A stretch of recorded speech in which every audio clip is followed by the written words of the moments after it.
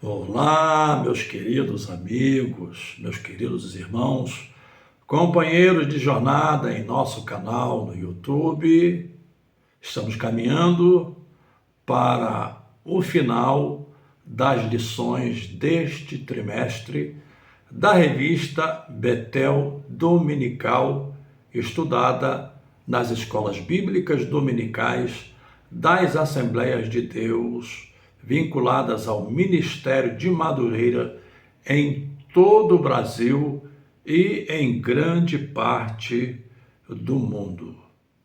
Hoje, no conteúdo que iremos apresentar com subsídios para este domingo, estudaremos a lição de número 10, que será estudada em classe presencialmente no próximo dia 7 de junho e que tem por título o arrependimento, aspecto indispensável para uma nova vida.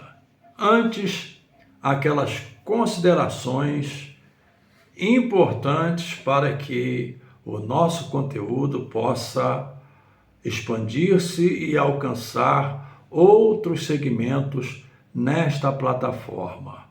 Aos que não são inscritos, inscrevam-se no canal e ativem o sininho para receber as notificações todas as vezes em que novos vídeos forem disponibilizados.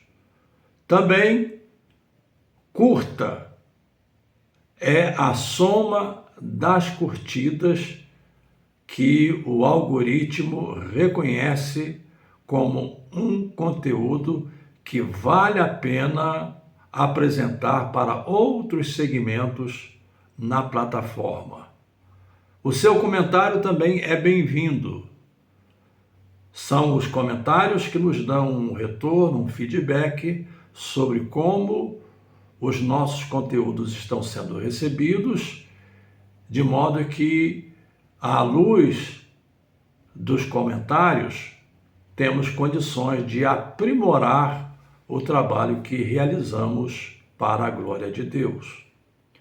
E, em último lugar, compartilhe em seus grupos, seja grupos de obreiros, de pastores, de professores da escola dominical, para que todos também tenham acesso e os subsídios possam servir como suporte na ministração de cada uma das lições, como a deste domingo. E um pedido que eu faço: na medida do possível, assista todo o vídeo, porque quando se assiste apenas uma parte, você fica com pouco acesso ou o conteúdo fica incompleto. Portanto, assistir todo o conteúdo é extremamente relevante para um bom aproveitamento.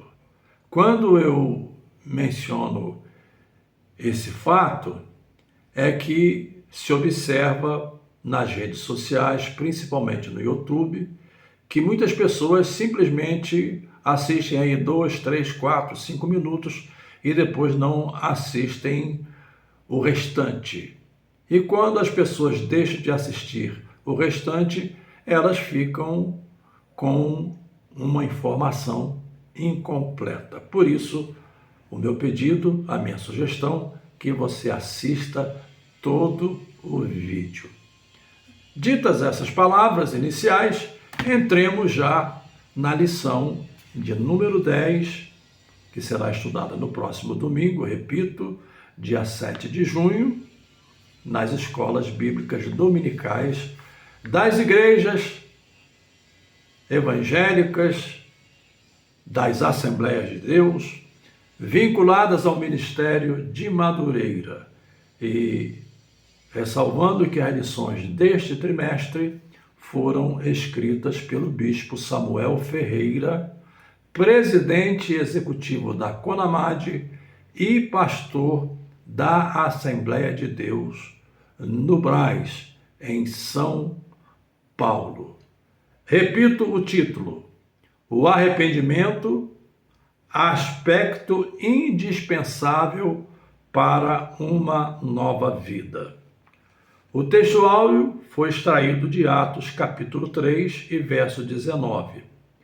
Arrependei-vos, pois, e convertei-vos para que sejam apagados os vossos pecados e venham assim os tempos do refrigério pela presença do Senhor. Verdade aplicada: o arrependimento genuíno não se limita à tristeza, a um simples remorso, mas traz mudança de pensamento e novidade de vida. Os textos de referência foram extraídos de Neemias, capítulo 9, e temos aqui anotados na lição os versos 1, 2, 3 e depois pula para o verso de número 38. Eu gostaria de fazer algumas considerações introdutórias. Primeiro, estudamos na lição passada o capítulo de número 8, onde o tema que norteou o nosso conteúdo e norteou a própria lição foi exatamente esse: alegria e gratidão ao Senhor resultam da palavra de Deus, e tratamos então de mostrar os efeitos da leitura da palavra de Deus, no caso Pentateuco, Gênesis, Êxodo, Levítico, Números e Deuteronômio, e não só a leitura, mas a própria explicação. Esdras tinha pessoas colocadas em lugares estratégicos para explicar o que estava sendo lido, até porque o Pentateuco estava escrito em hebraico e a maioria do povo entendia o aramaico, que foi uma língua assimilada durante o período babilônico, do exílio babilônico. Então essa foi a tônica da lição passada. Mas logo a seguir, no texto do capítulo 8, é importante nesta introdução nos reportarmos a esse ponto, houve a festa dos tabernáculos, ou seja, uma celebração, inclusive, determinada na lei mosaica. Você lê o capítulo 9 e você descobre, por exemplo, aqui, aliás, capítulo 8 ainda, você lê o capítulo 8 e descobre aqui no verso de número 14 a seguinte declaração: e acharam escrito na lei que o Senhor ordenara pelo ministério de Moisés que os filhos de Israel habitassem em cabanas na solenidade da festa no 7º mês. A festa dos tabernáculos, ou a festa das cabanas, durava 7 dias, e você descobre isso no capítulo 9. Você descobre isso, aliás, ainda no capítulo 8, ainda no capítulo 8, você descobre aqui no verso de número 18: e de dia em dia ele lia o livro da lei de Deus, ou seja, todos os dias o Pentateuco era lido, desde o primeiro dia até ao derradeiro, e celebraram a solenidade da festa 7 dias, e ao 8º dia a festa do encerramento segundo o rito. Havia um rito estabelecido para a festa das cabanas. As pessoas construíam cabanas em suas casas. E qual o sentido dessa festa? Para relembrar, para memorizar, para manter viva na memória a passagem, a peregrinação durante 40 anos pelo deserto, em que o povo de Israel não teve moradia fixa, mas morou em cabanas, morou em tendas. Então a festa dos tabernáculos tinha esse sentido.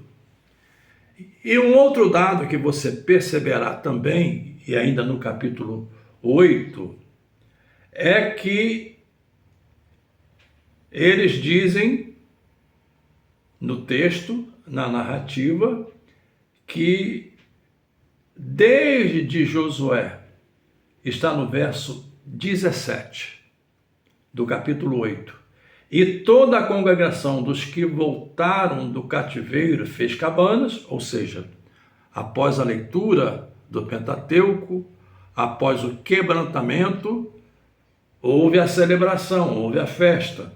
E toda a congregação dos que voltaram do cativeiro fez cabanas e habitou nas cabanas.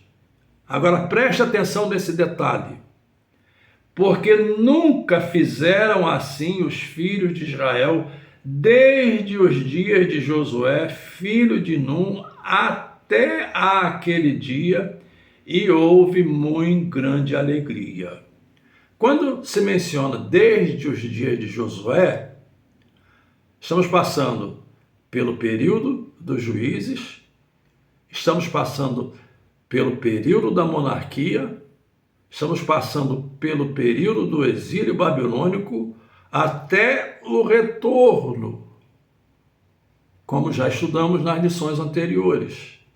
Ou seja, um longo período de tempo, embora pudesse ter havido festas esporádicas, mas um longo período de tempo em que a festa dos tabernáculos não era celebrada, não era comemorada, e ela era uma festa de suma importância para que o povo nunca se esquecesse da travessia do deserto e da provisão diária de Deus enquanto atravessavam o deserto até a conquista de Canaã. Portanto, temos nesta narrativa, que trata não só da redescoberta da Torá, da redescoberta do Pentateuco, mas também da redescoberta da festa dos tabernáculos, temos aqui um exemplo de quebrantamento, um exemplo de arrependimento, um exemplo de entendimento do que tanto a festa quanto a Torá significavam para o povo de Israel. E então entramos no capítulo 9, que é o capítulo que trata do arrependimento, aspecto indispensável para uma nova vida. E o que aprendemos aqui, primeiro, é que a palavra de Deus gera arrependimento sincero. Quando eu digo de arrependimento, ou menciono arrependimento sincero, eu quero simplesmente fazer uma distinção, porque existem arrependimentos que são meramente formais, meramente protocolares, meramente uma atitude externa, simplesmente para ficar bem diante de uma situação, mas não há mudança interna, não há transformação interna. E é bom que se faça de início logo a definição de arrependimento. No Novo Testamento temos uma palavra, inclusive mencionada no comentário, que é a palavra metanoia. Há certos movimentos por aí que usam a expressão metanoia radical. Não existe nem metanoia radical e nem metanoia relativa. Existe a palavra metanoia, que significa mudança de mente, mudança de coração. Ou, usando um termo mais comum, um termo mais próprio, mais adequado da nossa linguagem coloquial, é como se fosse dar meia volta. Não é dar uma volta inteira, porque se você der uma volta em 360 graus, você vai parar no mesmo lugar. Então, dar meia volta significa uma volta de 180 graus, ou seja, você simplesmente retornar ao caminho certo, porque até então você estava caminhando na direção errada. Repito, é retornar ao caminho certo, porque até então você estava andando na direção errada. Isso é arrependimento sincero. E você encontra sinais desse arrependimento sincero logo nos 3 primeiros capítulos, aliás, nos 3 primeiros versos do capítulo 9, e esses 3 primeiros versos estão aqui no texto da lição. E quais são esses sinais externos? Primeiro, jejum, o povo jejuou. Segundo, o povo vestiu pano de saco e o povo colocou também terra sobre a cabeça e confessou os seus pecados e os pecados de seus pais. Ou seja, esses foram os sinais externos de uma mudança interna, de uma transformação interna, de uma meia volta, de abandonar o caminho errado e voltar para o caminho certo. Houve jejum, houve quem se vestisse de pano de saco, e se costuma dizer que esses panos eram panos feitos de pele de um tipo de animal que era uma pele desagradável e incômoda de se vestir. Não era penitência, mas era uma mera demonstração, uma mera sinalização. Também terra sobre a cabeça era uma mera sinalização da pecaminosidade do homem, da natureza do homem, do que o homem é diante da extrema grandeza de Deus, e, por fim, a confissão dos pecados.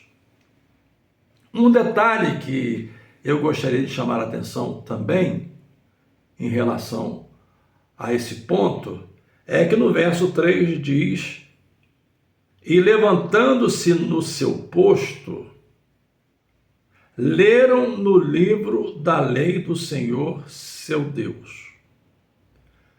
Uma quarta parte do dia, e na outra quarta parte fizeram confissão e adoraram ao Senhor seu Deus. A impressão que temos na leitura do texto é que já nessa fase o próprio povo passou a ler a Torá. Quando diz: e levantando-se no seu posto, leram no livro da lei do Senhor seu Deus. É a impressão. Isso não está dito claramente no texto. Mas há uma outra frase que eu acho extremamente interessante destacar, quando diz: uma quarta parte do dia e na outra quarta parte. Os judeus contavam o dia do nascer do sol ao pôr do sol. Portanto, temos aí 12 horas. Não estamos tratando do dia completo, mas do dia em que se vive, em que se trabalha, em que se faz, em que se realizam as ações que são normais para o dia. Então, para os judeus, eles contavam o dia desde o nascer do sol ao pôr do sol, e isso implica em 12 horas. Quando dividimos 12 horas pelo tempo que está aqui determinado, não é? 12 horas, quarta parte, significa pelo menos 3 horas, ou seja, 4 vezes 3, vamos ter a soma de 12 horas. Então, na primeira quarta parte, ou seja, durante 3 horas, liam o livro da lei, liam a Torá. E na outra quarta parte, ou seja, mais 3 horas, na outra parte, o que é que eles faziam? Eles confessavam e adoravam a Deus. Porque uma das características, e sobre a adoração falaremos na próxima lição, a lição de número 11, que tem por título O Culto, a importância para uma vida cristã edificada. Então hoje estaremos restritos à confissão e ao arrependimento. O arrependimento leva à confissão. Não é aquela confissão que eventualmente fazemos em nossas orações. Eu aprendi isso desde criança e já ouvi muitas vezes e pessoalmente não gosto de fazer. Senhor, nos perdoas por nossas palavras, obras e pensamentos, se temos ofendido alguém, etc. Eu diria que isso é mais formalismo. Mesmo num ambiente pentecostal, eu diria que isso é mais formalismo. Porque não há um sentimento interno, verdadeiro, digamos assim. É meramente para cumprir um rito. E a confissão de que fala a Bíblia, produzida pelo arrependimento, essa confissão é você nomear os pecados que você cometeu. Claro, alguns deles são involuntários e você não vai conseguir nomeá-los. Você nem vai perceber que os cometeu. É impossível. São pecados involuntários, situações involuntárias nas quais você é apanhado. Desses pecados, é óbvio que essa confissão deve ser feita com sinceridade e não com formalidade. Essa é a diferença. Mas temos de pensar que nós somos seres pecadores, ainda que redimidos, ainda que lavados no sangue de Jesus, ainda que perdoados das nossas transgressões, carregamos a natureza pecaminosa e eventualmente pecamos durante o dia.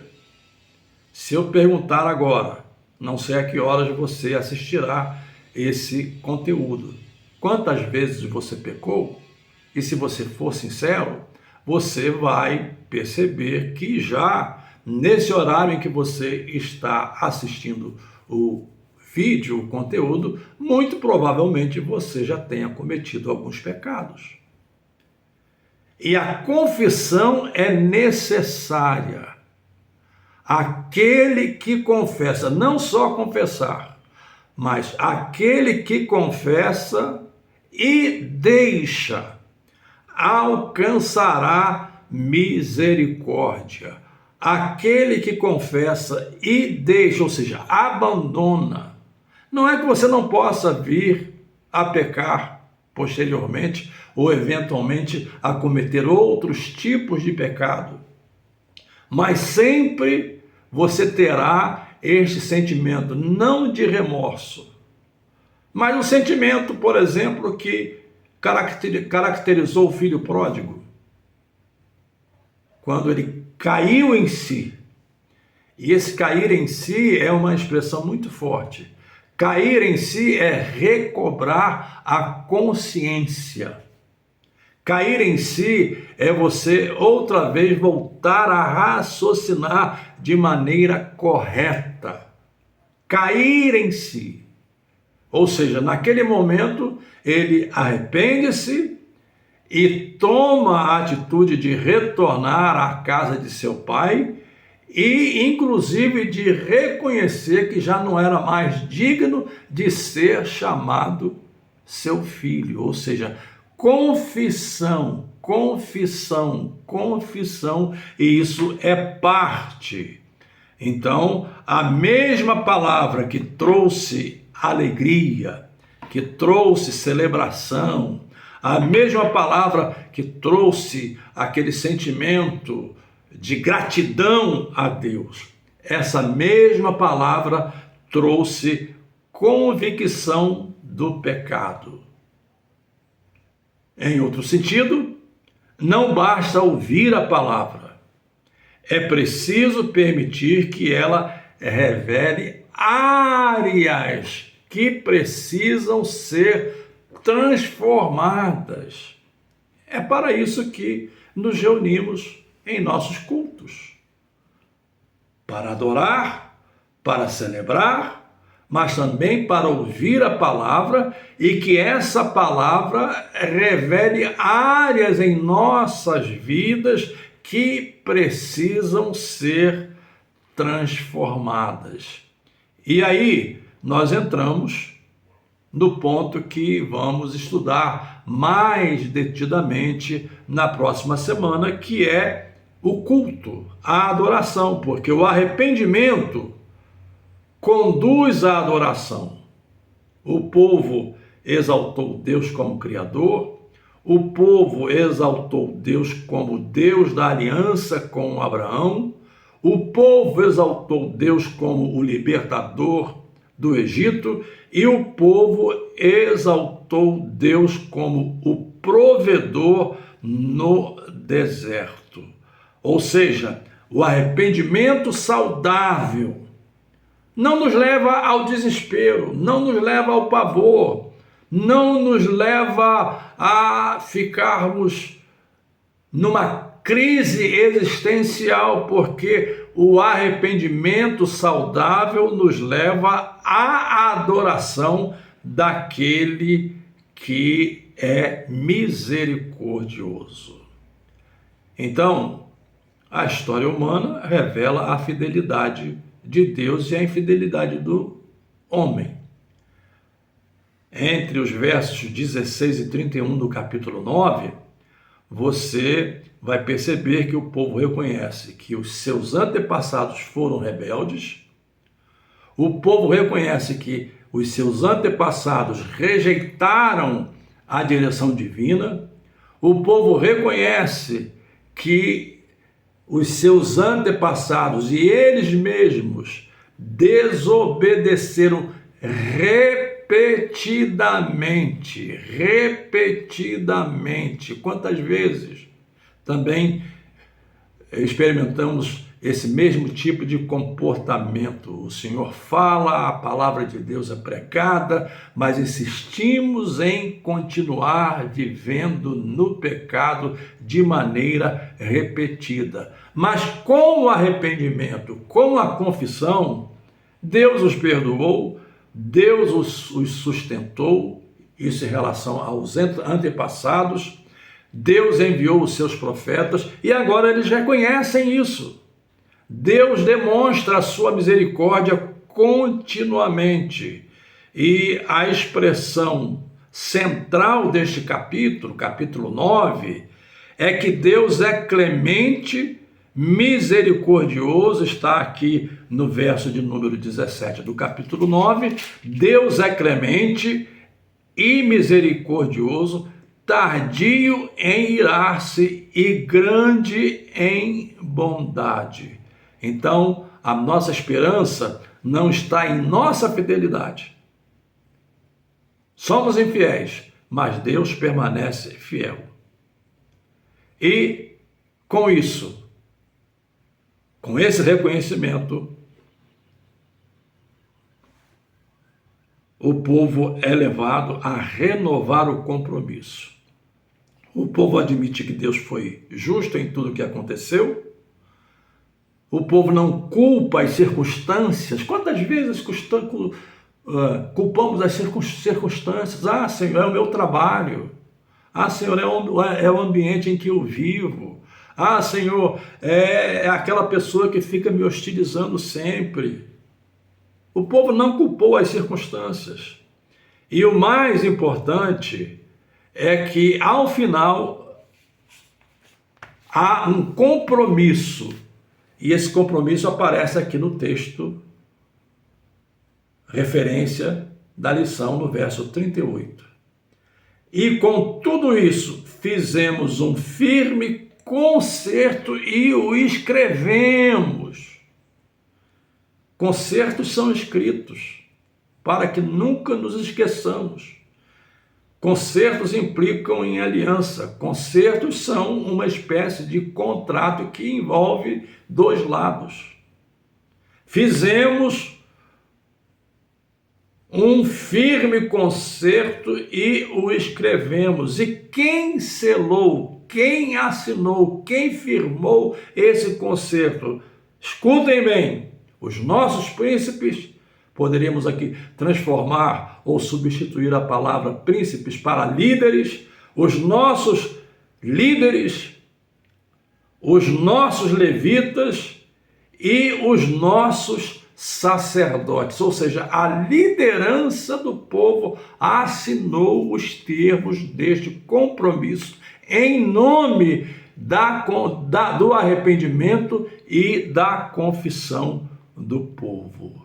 Então temos, concluindo a exposição dos nossos subsídios para esta lição, nestes dois capítulos, capítulo 8 e 9, temos o caminho do verdadeiro avivamento. Ouvir a palavra de Deus, alegrar-se na presença de Deus, reconhecer o pecado, ou seja, arrependimento, adorar pela misericórdia divina e renovar o compromisso de obedecer, como neste verso de número 38 do capítulo 9. A festa dos tabernáculos trouxe alegria ao povo, mas o maior fruto de todo aquele momento foi a seriedade do arrependimento diante de Deus, que produz experiência espiritual autêntica. Estamos terminando os nossos subsídios desta semana e, se Deus quiser, na próxima semana estaremos aqui de volta com a lição de número 11, estudando de maneira específica o culto, a importância para uma vida cristã edificada. Até a próxima semana, se Deus quiser.